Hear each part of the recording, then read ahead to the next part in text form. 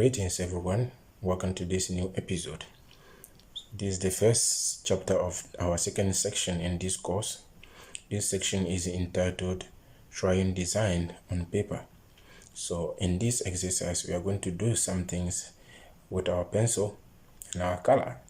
So the other time I asked you to get yourself some pencils, then some crayons, if possible eraser and a ruler. So this is where we are going to make a good use of it, in addition with the paper, of course. So I got myself just a pencil, then a blue pencil, a blue pen, and we are going to try some things. So what we are going to do throughout this exercise is to try to draw some 3 objects. So the first one will be to try to draw a small stone on the ground, and the next one will be to try to draw a small cup or a mug. Then we'll also try to draw a table. So these are very simple things. If some of you already know how to draw, this is going to be a play. So we are just trying it to see. It doesn't have to be perfect. So we just want to discover some things behind this work. So let's get started. So the first thing I will do is to start with my stone. So here I'm going to place my pencil here and try this. So I'm making a shape like this. So something like that. It doesn't have to be straight, So, and then I'll close it here like this. All right. So once that's done, we need to consider something.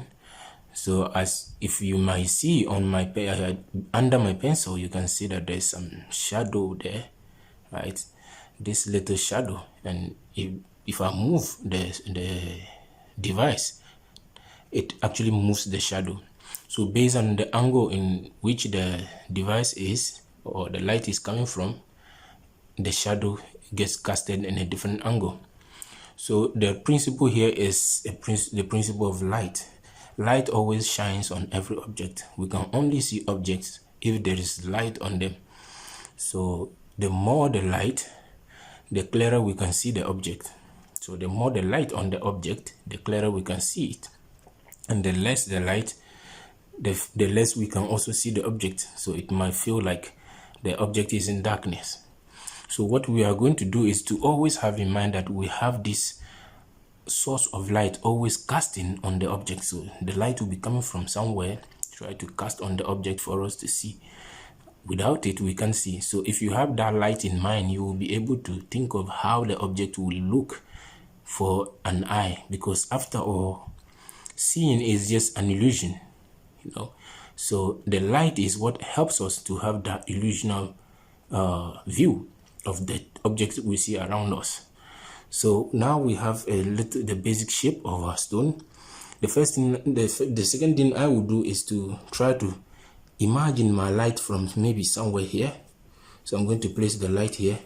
So I'm assuming my light is casting from this angle like this on my object. So if that's the case, from here the object is going to receive more light, and at the other side there's going to be a darker region, so because the light will not reach much here compared to the other side.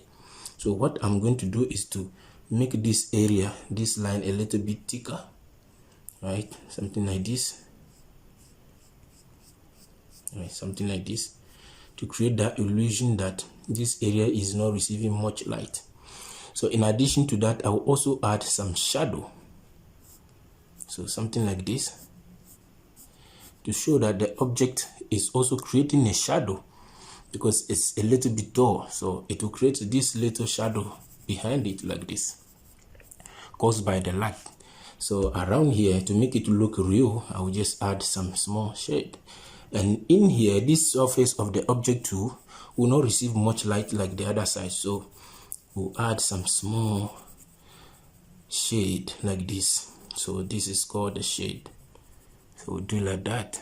So we can do it this way. So it looks like it's starting somewhere. Then I can probably add with the finger to sharpen this shade a little bit. So now our stone looks like this. Now it looks realistic. It looks like it's something real. So this is how we can start drawing something. While this might look childish and nothing, there are so many laws right behind this drawing. So before we come back to them, let's move to the next drawing, which is trying to make a small cup or a mug. So I'll take a new paper and do that, and we'll come back to this drawing. So the next one is to make a cup. So to make a cup, I would start by creating a circle like this.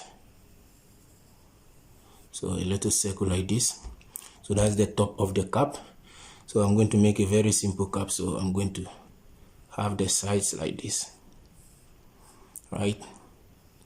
Then the base, I'm also going to round it, so something like that.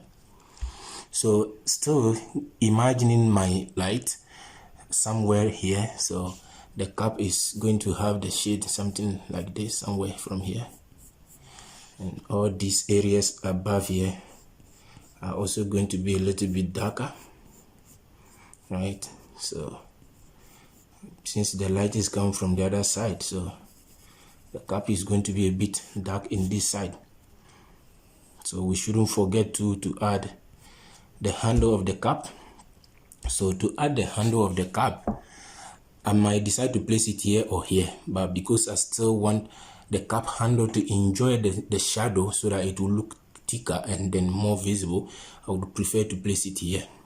So now look at this. I might decide to place the cup handle maybe doing like this or something like that, or I can just simply do it this way, a little circle here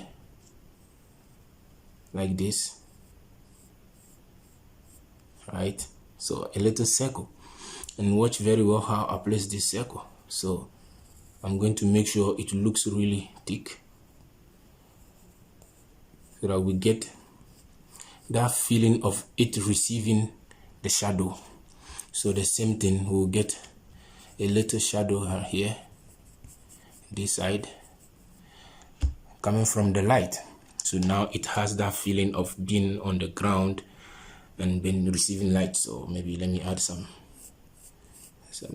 here to make the border look like it's a 3D object actually. So something like that. Professional drawers will know how to do this better, but somehow this is something we get, right? So we'll move on to the next object before we come back to all of them step by step. The next object we are going to draw is going to be a table. So to do that, this time around, instead of me to start from a circle or a half a circle, I'm going to start with something like a rectangle. So I'm going to do this, a line, then I'm going to make another line, but this time around I'm not starting at the same level. So I do this, and then I'm crossing the other line a little bit. So the lines are not starting at the same place and they're not also ending at the same place. Then I close the lines like this. So I have the surface of my table, the top of the table. Now it's time to make the legs. So imagine the legs as well. The first one will be starting from here down. So, and then we'll have the other one here. Then we'll have the other one here, and then the other one here. So I'll start from this one here. So I'll make it like this. So I'll get this leg. So my surface is not smooth, but something like that. Then I'll get the next leg here.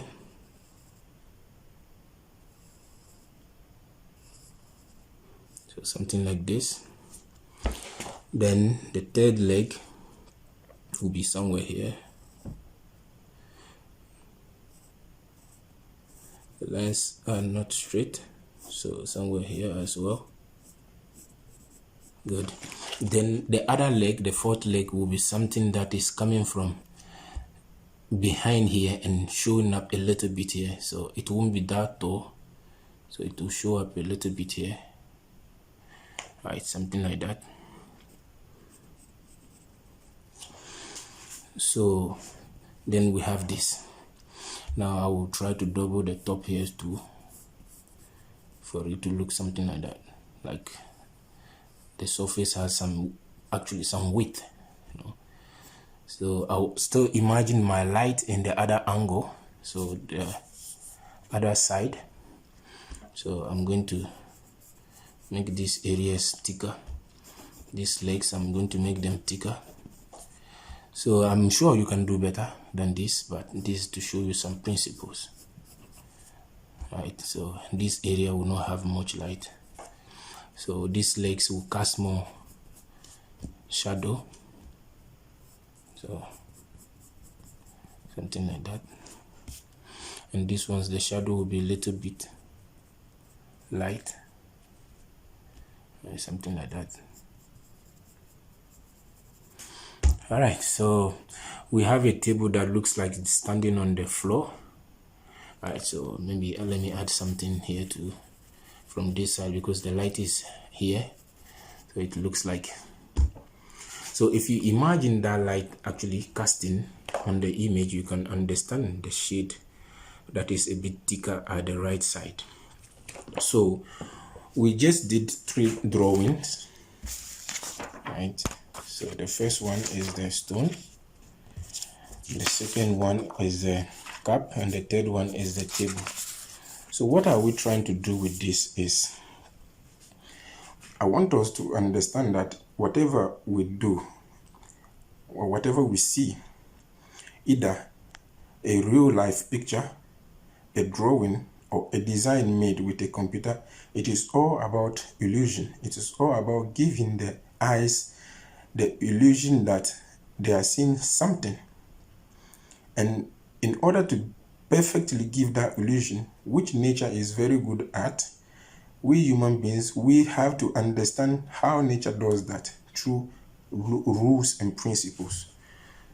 So there are these basic fundamental rules and laws of drawing that are used, and we try to apply here in order to get that effect, that feeling of these objects being real. So these rules are the ones I want you to discover through this lesson. And from there, we are going to also build the same object using computer. So the first rule we learned is how to make the shade. So you see, this shade here is what gives it the skin. So, or in the graphic design world is called the texture. So it gives you that skin and that feeling of being real. So if you continue to shade everywhere, little bit, the more you do, the better you feel the object. So for example, if I do this and add something like that, you see, we start to feel the object to be more realistic. The more I give it a skin, the more realistic the object becomes. So this is part of the shade. And then the next thing is the shadow. So you can see this shadow gives us that position of a 3-dimensional object. And these lines also are considered as the shadow lines, the ones on top and then this size. So this shadow and the shade gives us that feeling that the object is real.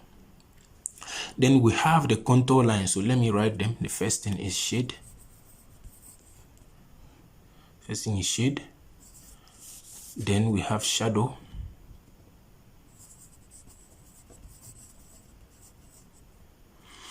Then we have the contour line. The contour line is that line around here. You see, the thickness of the line helps us to see the object's limitations, to see the final form of the object. It is very important, and you can see when you draw more objects together, you can see that the contour line becomes very important in creating harmony among the objects. All right, then let's look at the next object we drew, the cap.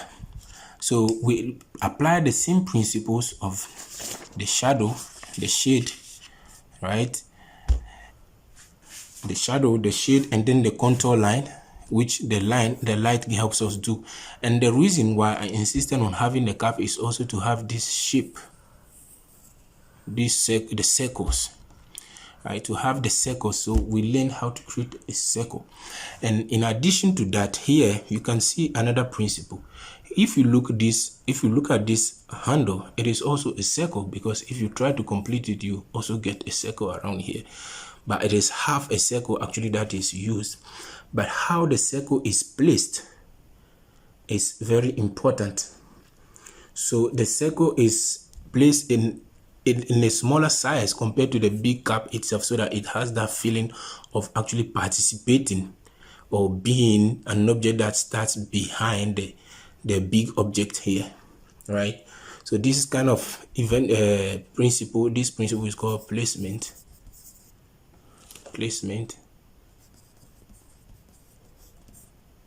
So we made a placement, and placement is always accompanied with another principle, or in most cases with another rule, which is the size. Because when that handle is smaller, it gives it that feeling of participating to the cap, not actually being like the cap. Because remember, when I was drawing it, I was saying I could start here or do something like this. So the size has to be smaller to give it that feeling, that image we see there, that impression we see there. So we have the rule of size, right, that we just discovered there. Then the next drawing, the third one, which is the table. This is where we did much more. So far we've seen 5 of them. We applied all these first 5 principles, rules we learned, which are the shade, the shadow, the contour, the placement, the size. So in addition to that, we also did something, which is when you look at the table sizes, this area seems to be larger than the other areas. It seems like this area there is a bit shrinked. So that's to give us the feeling that this particular section, this particular zone is closer to us than the other area over there. And this kind of rule is actually called foreshortening. So we did the foreshortening. So right. So we did the foreshortening. So we made one part smaller and then it gives us that impression of it is far from us. Okay. And then the other rule we applied is the overlapping object rule. When you look at this leg over there, it looks further, because first of all, we use the size, so to make it look like a portion contributing to the bigger object. So reducing the size and taking it a little bit behind others, you can see it is the shortest. So it places it behind others. We made an overlapping. So it overlaps other objects. It goes beyond other objects. If I'm to try that rule on this stone, for example, I can do this. So I can have another stone starting somewhere here. So you see, and create that feeling of the stones being two. You see, so it overlaps on the other object. And if I made it bigger, so I'll make another one over there. See, you have that feeling of this object being behind others, but a bit taller than the first ones. So we are having a taller object over there. So this is overlapping. So we learn to also overlap. So we learn overlapping, right? So this is how we do the overlapping. Now, the other thing we can see, the other rule we could also see is the density and then the horizontal line. So to also demonstrate the horizontal line, I would like to come back to this stone again. When we look at this stone, it looks like, yeah, normal stones, but look at this. If I do this,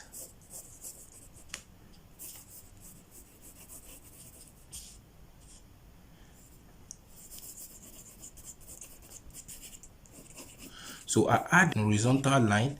So I just added an horizontal line, which is like a shadow, and now it gives us that feeling of an object that is far from us, or it looks like a mountain actually. Instead of just a small object, it looks like a real mountain. Of course, shade. You see, it actually looks like we are dealing with a mountain in a space because of that horizontal line that we added. So that's the feeling that gives with the horizontal line gives.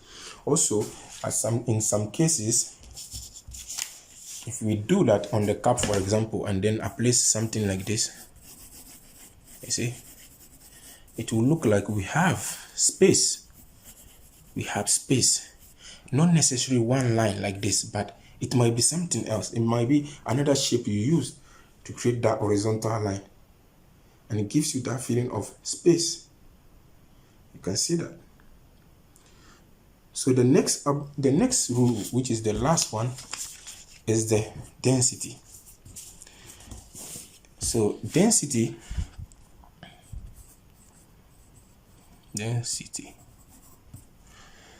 So density, actually, to do that, I will also make something again related to the stone to demonstrate. Density is a way of actually reducing the light on an object to give it that feeling of being far away from us. So if we play with density and then play with the size and placement, we'll get something realistic, and we get a space with objects on it. So let's try it maybe by creating a small pyramid like this. All right, so I'll make the shade here. So I have this small pyramid, and then this is actually like the image you have as the cover image of this course. So you get another pyramid here, a small one like this. So you can see it. These two pyramids, this second one is smaller than the big one, right? But in addition to that, I'll try to keep it light. Try to keep it like this one is big, a little bit dense. We see so much shade on it. But the other one, I'll keep it light. So if possible, I'll even shade it like this, right? And then it will have that feeling of being far from the first one. So when we get on the PC, it's going to be easier to see. So, but the fact that this pyramid doesn't shine much, so if I even make another one somewhere here, make it smaller like this, and just try to do this, it will look to be far from the first ones because of the density of the light on it and the density of the visibility actually. So in real life, we can call it visibility. So the lesser the visibility, the farther the object is. It looks like the object is far away from us. So we've learned these rules because either we like it or not, any artwork will always try to include these principles. This is what gives us the feeling of having real object. That's what gives us the feeling of having reality. Okay, that's what actually makes us see what we see. So it is important that we consider these rules every time we design. If you look at the cover of this course, the cover image of this course on last course, you can see that these same principles have been used to design that banner. So throughout the next part of this course, I would like you to always have those rules in mind in order to be able to create objects that look real or get close to reality. So that's the point of this lesson. So in the next chapter, we are going to see how this can help us in using software. How can we do that using software? So we are going to have another lesson in this section to summarize what we have learned, and that can be used in the graphic designing world throughout this exercise. So see you in the next video.